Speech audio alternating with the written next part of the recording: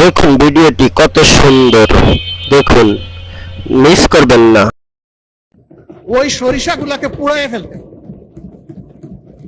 ওই সরিষাগুলা ক্রাশ করে তেল বের করে সমাজে বিক্রি করে বন্টন করে দিতে হবে। এই সরিষার নাম হচ্ছে দুর্নীতি।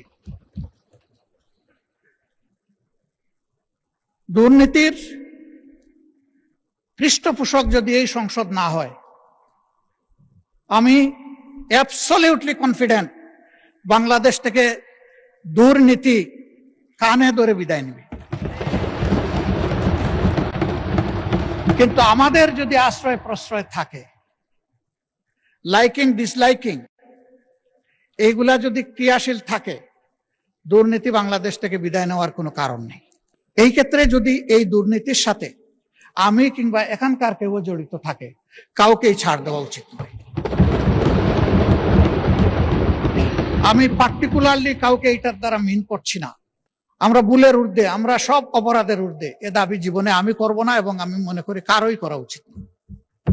কিন্তু নিজের ভুলটাকে বোঝা হচ্ছে সবচেয়ে বড় যোগ্যতা। সচিবালয়ের অধীনে কিছু লোকের পাওনা এখনো রয়ে গেছে। এই গরিবদেরকে আটকাইয়া রাখেন না, ওদেরটা দিয়ে দেন। এটা আমি বিশেষ করে সচিব মহোদয়ের দৃষ্টি আকর্ষণ করছি। এটা আপনার কাজ। মাননীয় স্পিকার, বাংলাদেশে যেদিকে যাবেন সেদিকেই আপনি সমস্যার কথা শুনবেন।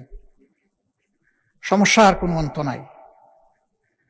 আমাদের সড়কগুলা পড়ে আছে অনেক দিন ধরে, কাজ চলছে, শেষ হবে কখন কেউ জানে না। তারা আশায় বুক বেঁধে আছে যে একসময় শেষ হবে, কিন্তু শেষ হওয়ার আগেই দেখা যাবে আরেক জায়গায় ভেঙে গেছে।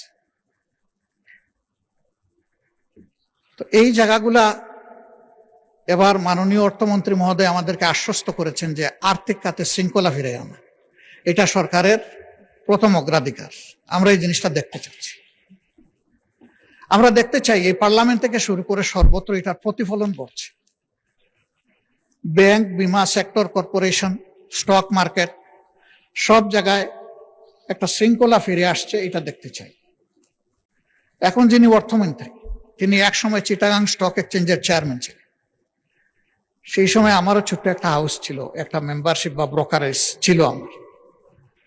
ঢাকা স্টক এক্সচেঞ্জ অটোমেশনে যাওয়ার আগে চিটাগাং এক স্টক এক্সচেঞ্জ তার নেতৃত্বে অটোমেটেড হয়েছিল। তিনি একজন ডাইনামিক মানুষ, তিনি চাইলে পারবেন, এই আস্থা আমাদের আছে। কিন্তু সমস্যা এক জায়গায়, এটা সরিষার মধ্যে। ওই সরিষাগুলাকে পুড়িয়ে ফেলতে,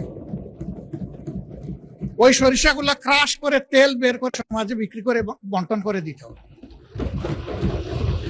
এই সরিষার নাম হচ্ছে দুর্নীতি।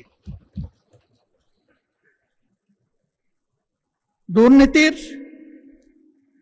পৃষ্ঠপোষক যদি এই সংসদ না হয়, আমি অ্যাবসলিউটলি কনফিডেন্ট বাংলাদেশ থেকে দুর্নীতি কানে ধরে বিদায় নেবে।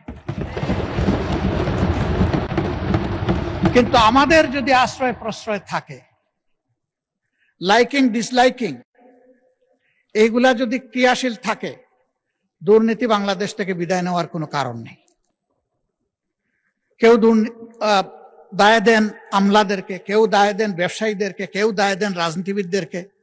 আমি বলি যে দায় আমাদের সবার, কারো একার নয়। একা কোনো সেক্টরকে আলাদাভাবে দুর্নীতিমুক্ত করা অসম্ভব। এর একটা সমন্বিত উদ্যোগ লাগবে, একটা জায়গা লাগবে। মাননীয় প্রধানমন্ত্রী বলেছেন দুর্নীতিকে টুটি চেপে ধরবেন।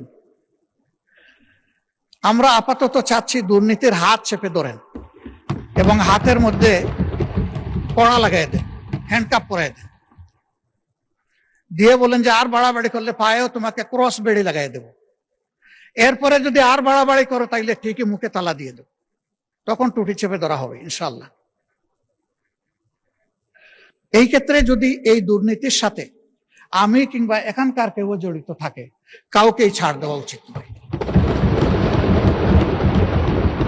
আমি পার্টিকুলারলি কাউকে এটার দ্বারা মিন করছি না। আমি এটার কালেকটিভ রেসপন্সিবিলিটি আছে বলে আমি মনে করি। দুর্গন্ধযুক্ত বাতাস বইছে আর আমি ফিনফিনা গাড়ির ভিতরে বসে আছি, কিছু হলেও ওই ছিদ্রপথে এসে আমার নাকেও ঢুকবে সেই দুর্গন্ধ। এটাই স্বাভাবিক। এই জন্য আমরা কেউ নিজেকে ফিরিস্তা দাবি করতে পারি না। আমরা ভুলের ঊর্ধ্বে, আমরা সব অপরাধের ঊর্ধ্বে, এ দাবি জীবনে আমি করব না এবং আমি মনে করি কারোই করা উচিত না। কিন্তু নিজের ভুলটাকে বোঝা হচ্ছে সবচেয়ে বড় যোগ্যতা। এটা আমার ভুল, এটা বুঝে যারা প্লে করবেন আলহামদুলিল্লাহ তারা ভালো করবেন, যারা এটা বুঝতে ব্যর্থ হবেন তারা সমাজের জন্য ভালো কিছু করতে পারবেন না।